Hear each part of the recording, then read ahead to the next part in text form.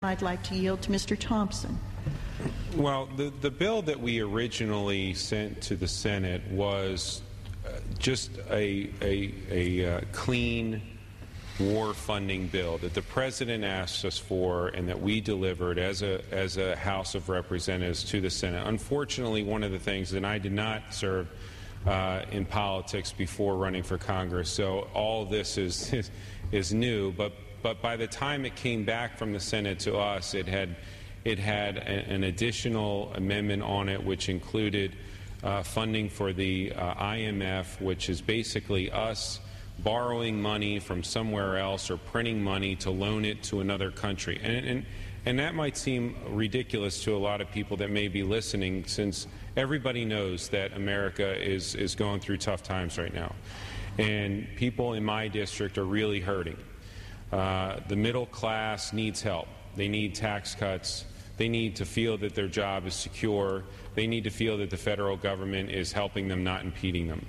And to think that we are going to borrow or print money to send abroad, some of it to people that we might not necessarily want to lend money to, and have to put that on the backs of our servicemen and women, because they know that it will be difficult for us as Republicans to vote against it, is really, in my opinion, shameful in a lot of ways. So much of what we do here, I understand there's differences in ideology, there's differences in principles about what governance should be. But if we have a clean military funding bill, then it should stand on its own. If you have a clean IMF bill to loan money to foreign countries, then it should stand on its own. The majority is the majority. If it's a good idea, it'll pass. They have the Congress, they have the White House. Why should it be attached to something that has nothing to do with funding our soldiers abroad? I recently got back from Iraq and Afghanistan. I recently visited Guantanamo Bay, Cuba, and the one thing that impresses me upon more than anything else is the men and women that wear our uniform.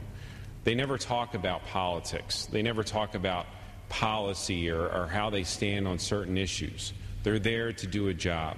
They're putting themselves in harm's way so we can stand here tonight and discuss these issues and talk about what we think is best for the future.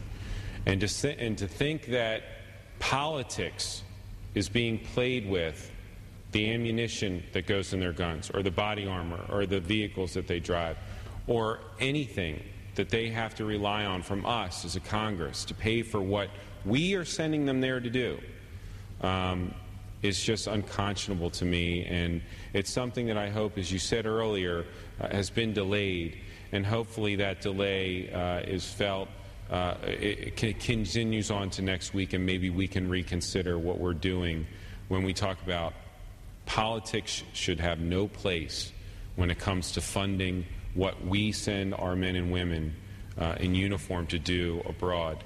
Whether you agree with these wars, whether you agree with the war on terror, whether you agree with anything that we're doing, we are sending them there, and we should give them a clean bill.